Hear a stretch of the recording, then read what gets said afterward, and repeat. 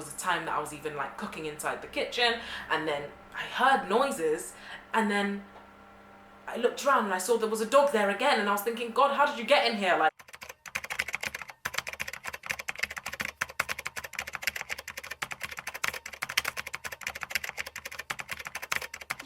hey guys, welcome back to my channel. This is Passport Pages, where we discuss travel, lifestyle, and leveling up. Today's topic will be regarding Bali, Indonesia. So, I traveled to Bali, Indonesia back in 2019. I went on a solo trip for 3 whole weeks, and there were several things that I didn't necessarily plan for, or I found out when I was there, which I wish I knew. So today I'll just be sharing 9 things that I wish I knew before I traveled to Bali, Indonesia. But please make sure that you like, comment, and subscribe, and we're gonna get into this video. Okay, so the first thing that I wish I knew when I was traveling to Bali, Indonesia, they require you to have your boarding pass upon arrival. So if you're like me and you're very disorganized on your travels, you may not keep your boarding pass all the way through that flight. I had such a embarrassing time when I got to the airport and I realized that they wanted my boarding pass, and I literally had to just pray to God that I even had it. So I was looking through my hand luggage, rummaging through everywhere. I held up the queue for ages, trying to look for this boarding pass, and I finally found it by God's grace. I didn't really know I needed that because there's no other country I've been to that has ever told me, oh, where's your boarding pass from when you were in London? You know, like they were asking me for my boarding pass from when I was in London. And bear in mind, I had a 19-hour stopover in China as well. So they wanted to see all those boarding passes. I'm not too sure exactly why, but I saw that they were doing it with everyone. It wasn't just me. So I would say make sure you hold on to your boarding pass, guys. Very, very important. I don't know what would have happened if I didn't have my boarding pass. And to be honest with you, I'm glad I didn't have to see what would have happened. Yeah, have your boarding pass.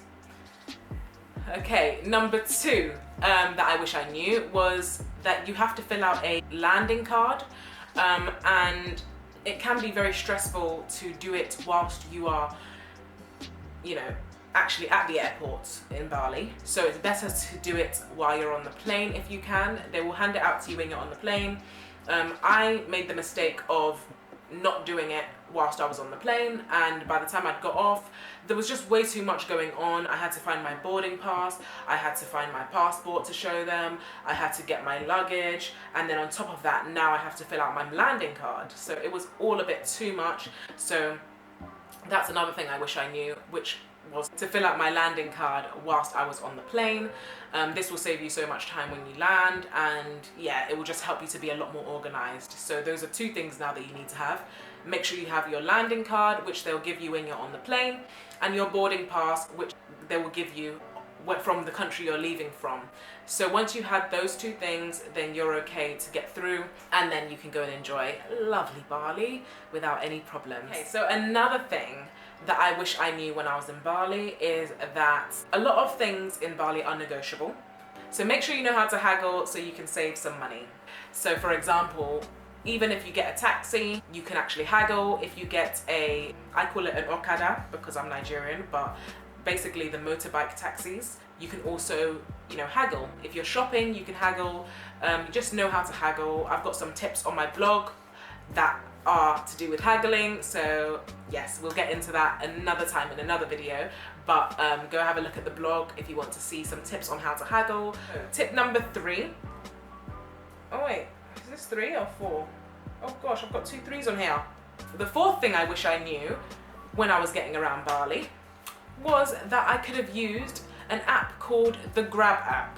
The majority of the time I was in Bali, I was actually calling up taxis, local taxis, and getting my hotel to call taxis for me. Yeah, don't do that. Which can be extremely expensive. It's only towards the end of my trip that I noticed that when I use the Grab app, I get like the fare for so much cheaper. So I kind of wish I knew from the very start that you can use the Grab app and save oodles of cash, because a lot of my money went on taxis and getting around, because Bali and, well, Indonesia in general is just huge, and I went to loads of places. But if I had known about the Grab app sooner, then I feel like I would have had a lot more money kept to myself that I could have gone on something better, like an activity or, you know, something like that. So that is another thing. Make sure you download the Grab app when you are going to Bali. Very, very important. Okay, so the fifth thing I wish I knew is that there are a lot of stray dogs in Bali. Now, when I say stray dogs, I don't mean the ones that mind their business and that just walk around, not causing any trouble. No. The ones in Bali tend to be quite aggressive from my own experience. I was staying with my friend around Canggu area when she arrived, and I remember that night we were literally chased by dogs near her accommodation, and it was just so scary.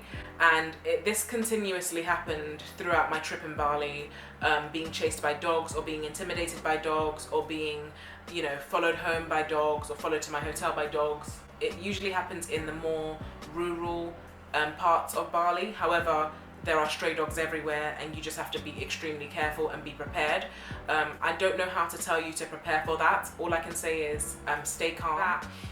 There was actually a situation where I was staying in Ubud at one point on my own in a guest house, and this guest house was called Sayan Romantis, and you know, it looked really good on booking.com and everything, and you know, when I got there it was actually okay as well. However, there was so many dogs. Oh my goodness, so many dogs, to the point where there were times that I didn't even want to leave my accommodation. Like, I wouldn't leave my accommodation unless a scooter or bike came to pick me up right from the door and took me there, and then a scooter bike brought me right back, you know, because there's just dogs everywhere. There was a time that I was even like cooking inside the kitchen, and then I heard noises, and then I looked around and I saw there was a dog there again, and I was thinking, God, how did you get in here? Like, it was just, it's a lot. So just be prepared. That's all I'm saying. Whether you, I don't know if there's any kind of dog repellent or stray dog repellents, but a lot of these dogs are brave. Okay, so just be prepared. Be prepared, girl. I actually own a dog here in London, and it's a German Shepherd. If those dogs scared me, who is a dog owner of a massive dog, then you can only imagine how it would be for somebody who isn't a dog owner. So yeah, just be wary, because that's something I wish I knew as well, because then I would have maybe, I don't know what I would have done differently. I think I would have chosen hotels that are in more, you know, urban-y areas, because it's not as common to see stray dogs in urban-y areas, if that makes sense. You know, when I first arrived to Bali, I can't exactly remember how much I exchanged, but I remember being a Balinese millionaire, and I had millions. One thing I wish I had known is that that money can go so quickly in Bali. Before you know it, you've spent a million, you've spent 100,000, 100,000, 100,000, and that's how you would be spending it, because Bali is actually not cheap. That's another thing. Bali is not cheap, and that's the point I'm getting to here. I know people say that it's very cheap, and I mean, to some people it may be cheap, but to me personally, when I went, I just finished university, so I was working a little bit, and I had saved up a little bit to actually go on the trip. I wouldn't even say I had enough, to be honest with you, for 3 weeks. I thought I did, because I've been to Thailand before, and you know, it seemed to be fine, everything was cheap. But when I was in Bali, things were just a lot more expensive, and I just feel as though it's because it's become a very big tourist attraction, it's very popular, so oftentimes they actually even kind of would price things in dollars, I found, and I was wondering, you know, why are you doing that? Yes, basically Bali is very expensive.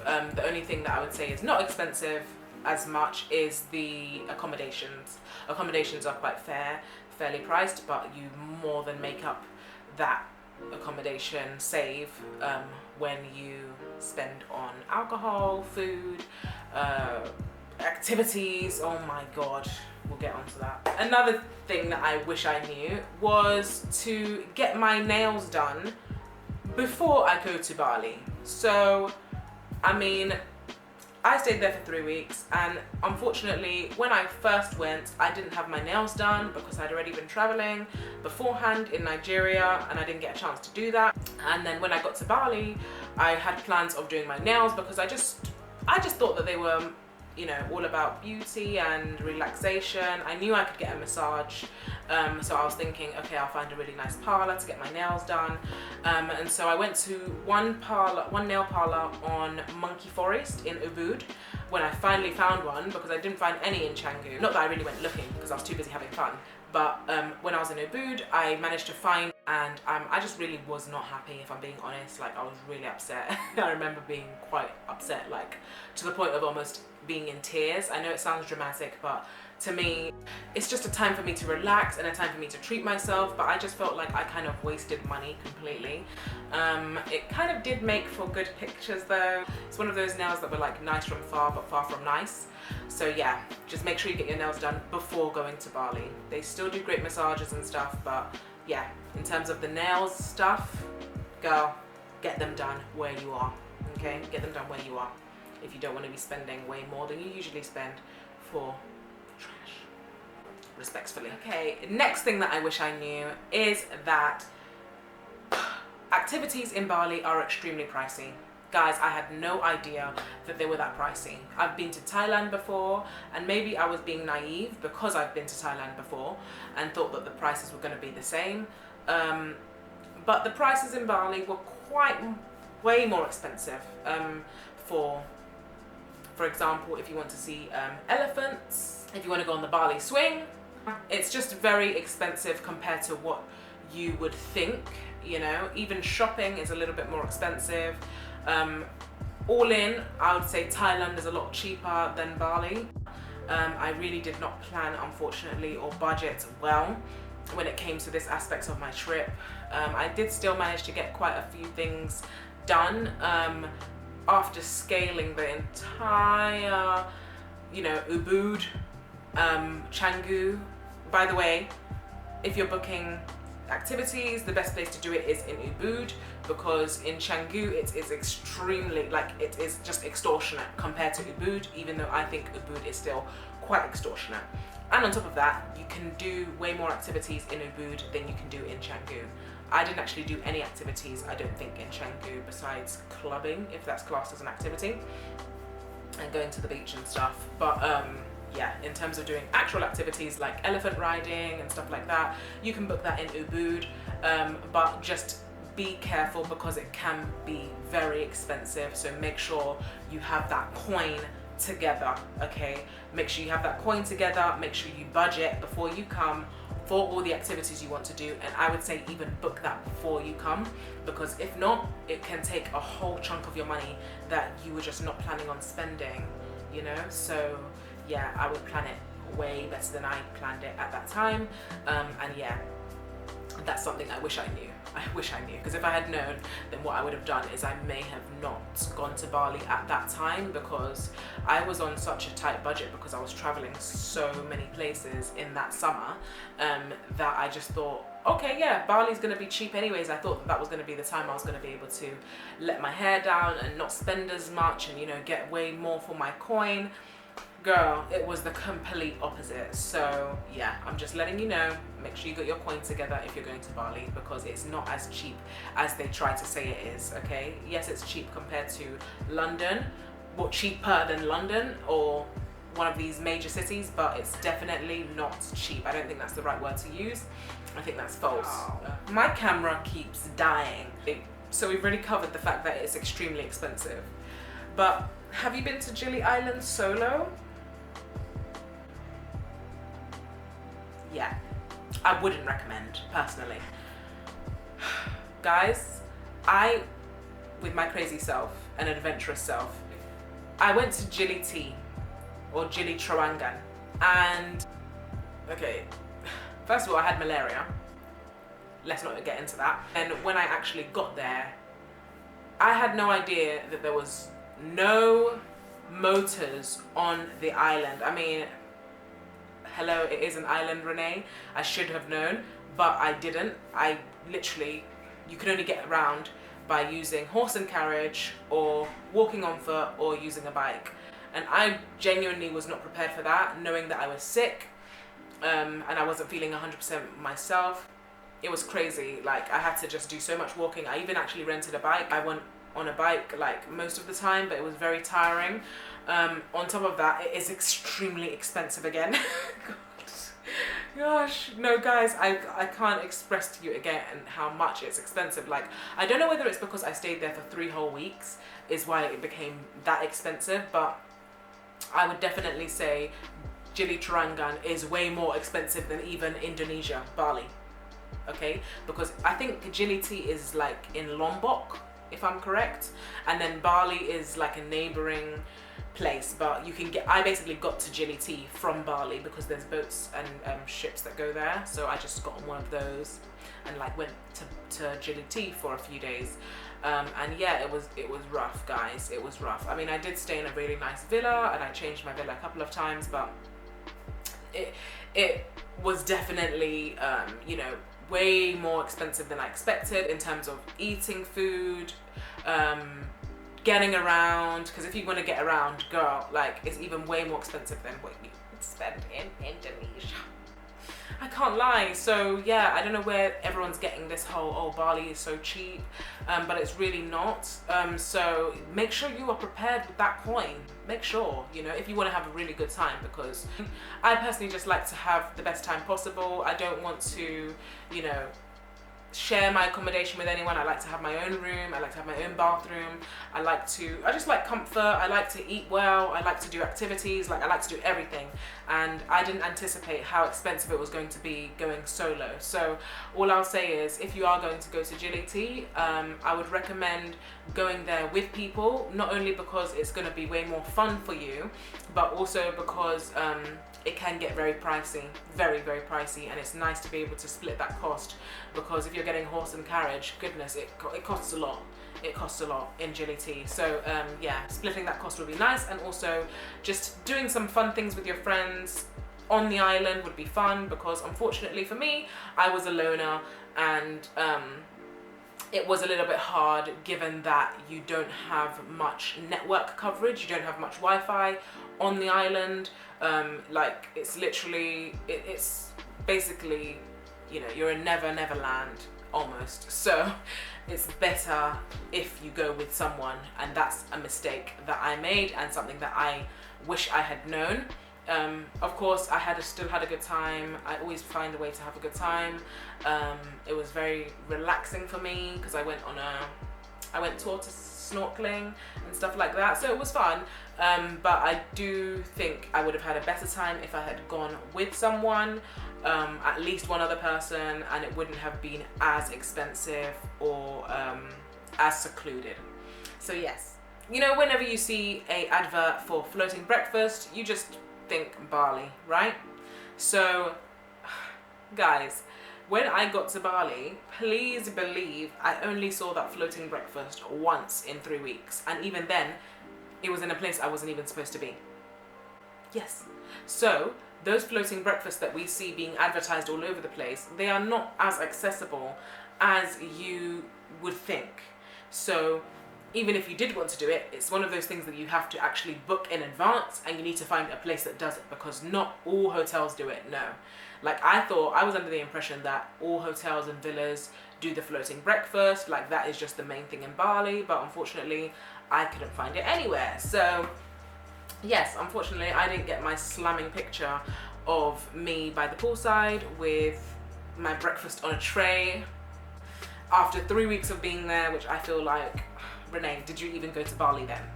Well, I did, because I got a picture on my Bali swing, but still, yeah, that's just something else that I wish I had known, and I didn't know. So yes, hey guys, so yes, those are the 9 things that I wish I knew when I was traveling to Bali, Indonesia. Some things were just, unfortunately, not what I expected. But the whole trip, all in all, was a good trip. I also wish I knew that 3 weeks in Bali solo is ludicrous.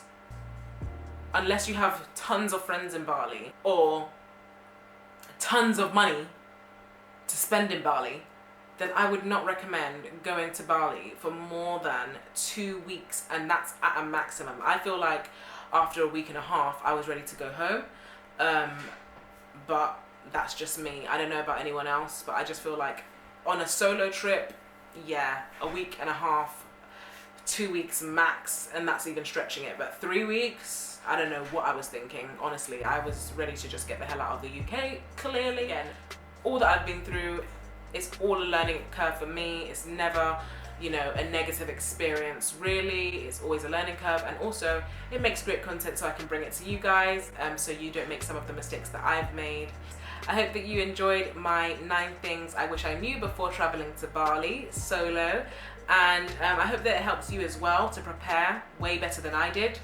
And yeah, if you have any comments about things that I've said I wish I knew, then please let me know, because I honestly want to know that I'm just not alone in this.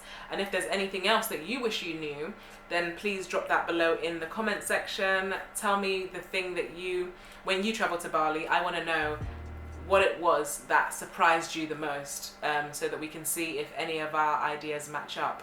But yeah, thank you for listening, guys. Make sure you like, comment and subscribe, and I'll be coming to you with way more content really soon. Take care. Bye.